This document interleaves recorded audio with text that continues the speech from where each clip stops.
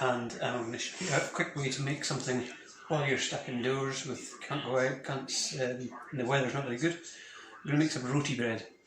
Now, I'm obviously not a roti expert. I'm a pale blue person from Scotland, so I don't know, I'm not going to be an expert on it, but I was shown how to make it by a very excellent Sri Lankan student I had, called Nilangani, so I'll show you the way she makes them. The reason I chose to do roti breads is flour, salt, oil, water. So very cheap and quick to make. This is strong flour, but you could probably get away with normal flour or wholemeal flour. Just don't use self-raising. So that's in there. So I'll mix the salt through. Get a little bit in the middle. Put in a splash of oil. It's just normal vegetable oil. No, don't put olive oil in it. Like that. And then add the water, just cold water.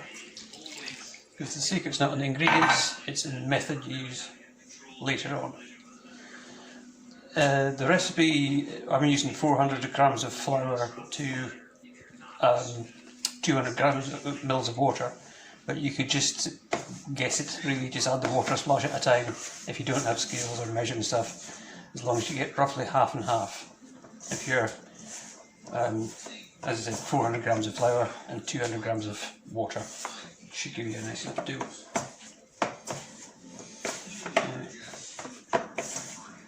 Just a little splash more water there. Speed it back up.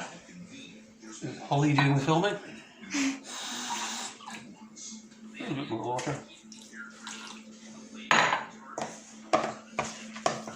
That's better. You're just basically making a paste.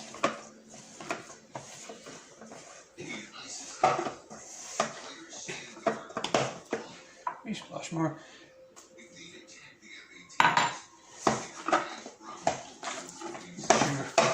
Proper roti chefs don't bother weighing and measuring, they'll do everything by eye. That would make a beautiful result.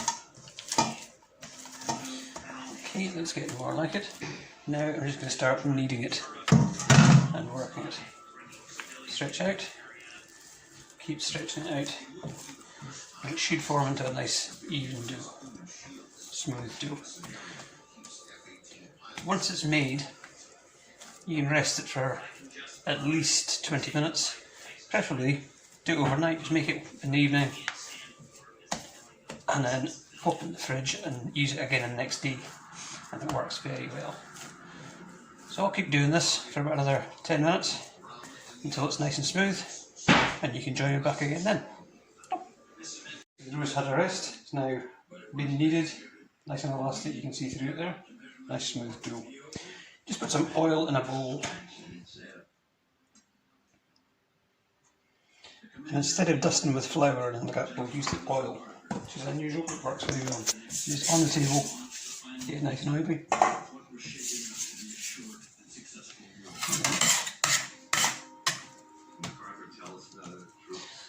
All I'm going to do is stretch it out, like that.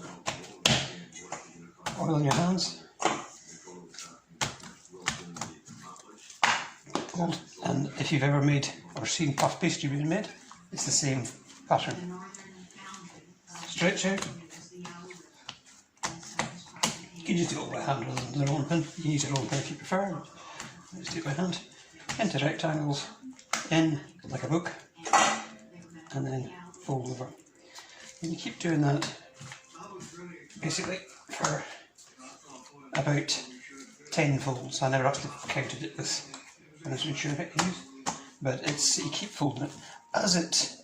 As you do it, it will get tighten up, and it will be difficult to roll. Just leave it for a minute if it does that, or you can start with a rolling pin. Again, rectangle, fold in, fold over, and then leave it for a few minutes to rest, and I'll put more folds in and more folds in until you've got about 10 folds. Okay, so you stop. Okay, so I've been just stretching it out. Rub it with a roll all the time. Fold in once, fold in twice, and then over like a book. And then every time remember to turn it around to do the next one. But that's enough turns now. I've put in about 10 folds, I wasn't really counting. But you can see it's starting to layer up. You can see all the oil has worked its way through the dough and form layers that will help when it's cooking. So you want it roughly into about 12 bits. 2, 4, 1, 2, 3, and pick that one. 2, 3, 4, 5. Lost count.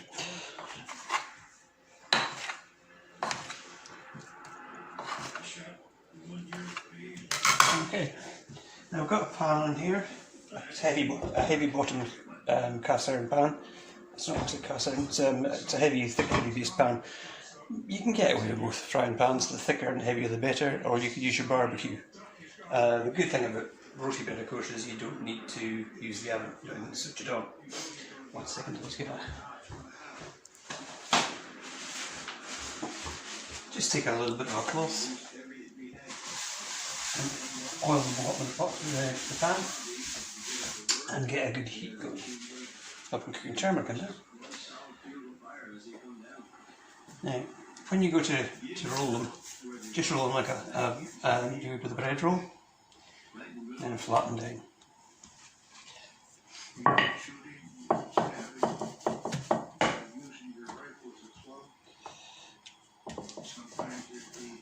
Get them nice and thin. Now, a roti, I noticed in the supermarket, they were about $6 for 3. As you can see, flour,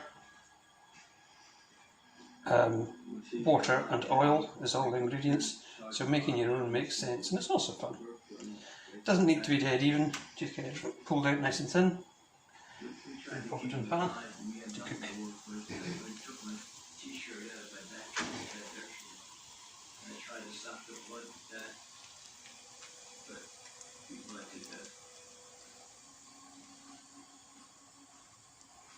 You see it's starting to bubble up.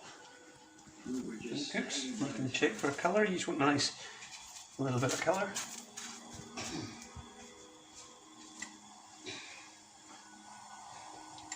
Don't go too hot or you'll get burn spots on it. When the attack subsided the next morning, you can see it's like yellowing on it. That's because I was cooking something with turmeric on it the other night and it's been left a little residue in the pan. That's okay. One of the highest ranking officers on the ground, Lieutenant Colonel Donald Tate, was just then making sense of what had happened. And you can see the ribs where it's been cooked, where the oil's been layering it. They are very good. I maybe rushed that one slightly. I'll get the other ones a bit thinner. But that's how you make roti bread. Have that with a nice bit of curry, some rice. Lovely way to fill people up. A very cheap and easy thing to make, and a bit of fun. So have fun. See if you can make some roti breads at home. Upload your photographs or videos of your finished roti breads to the the Facebook page, and we'll compare them. Okay, thank you. Here's another one. For some reason, rotis are usually rectangle or squared rather than round, but that's tradition, I would imagine. Get them nice and thin, and then after they've been cooking for a minute or so, they should start to puff up in the middle. And that tells you when they're ready to turn over. So just give them a couple of minutes. They're not supposed to be dead even, so don't worry about the edge being thicker than the middle. You see it's starting to puff up on the bits there. They don't take long. Nice medium-ish sort of heat. You can't tell on video, but they smell quite nice. See, there's a little bit of colour on them there. Nicely cooked. Delicious with the curry. You can stuff them with curry and rice and things like that. Curry some nice lentils and cheap things like that. Make a very cheap and easy to make meal that people will wonder, how the hell did you make that? There you go.